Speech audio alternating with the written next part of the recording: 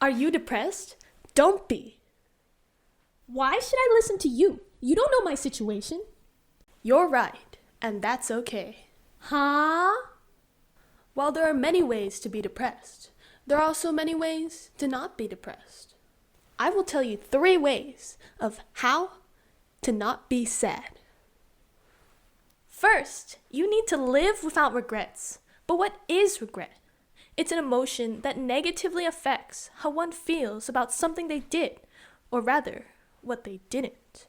So what breeds regret? From the results of 11 case studies, education is the #1 topic Americans regret the most.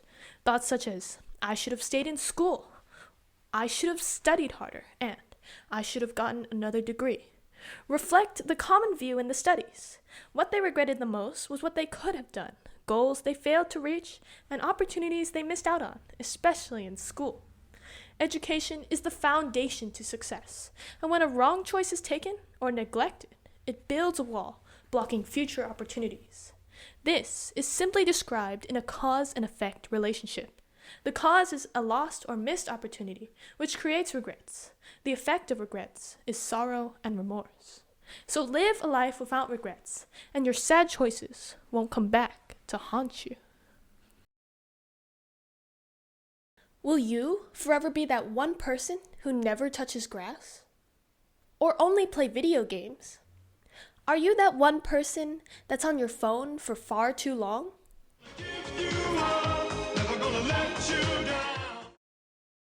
Do you know what your motive is, and what and who you will live your life for?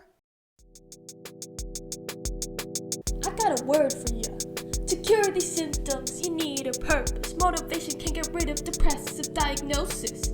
Check this. In psychology, there is something called the self-determination theory. Explains motivation, the one that makes one weary. And from that, there is something called the HMIEM model. Intrinsic, extrinsic motivation hierarchical. Drop the mic. In this model, there are 2 types of motivation, extrinsic and intrinsic motivation.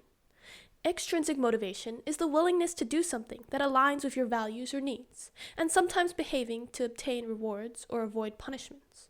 For example, a track runner repeatedly performs endurance training. Although they may not enjoy it, they understand it contributes to their performance.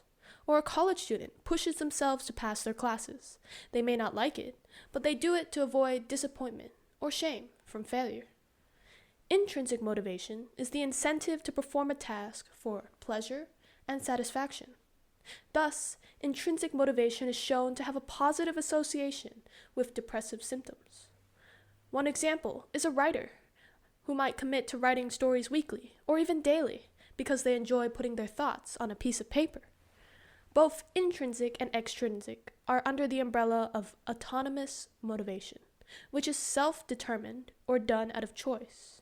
An original research article on the associations between motivation and mental health in a sport states that autonomous motivation has been shown to reinforce positive mental health outcomes in exercise and education settings. Much evidence supports that autonomous motivation contributes to psychological well-being, either by enhancing positive mood states or diminishing negative mood states. Basically, this is saying that finding motivation, a purpose with your own free will, decreases depressive symptoms, making you feel less sad. Friends, comrades, acquaintances. Do you tell yourself that you don't need these people, that you can just get by? Or do you have social anxiety, can't talk to people? I have a solution just for you. Just do it. This video is sponsored by. Why should you have friends? Because lonely people are sad. Some research suggests that loneliness is associated with an increased risk of mental health problems, including depression, anxiety, low self-esteem, sleep problems, and increased stress. One term used for this is social isolation, which is the lack of social connections. Isolated people tend to have higher levels of stress.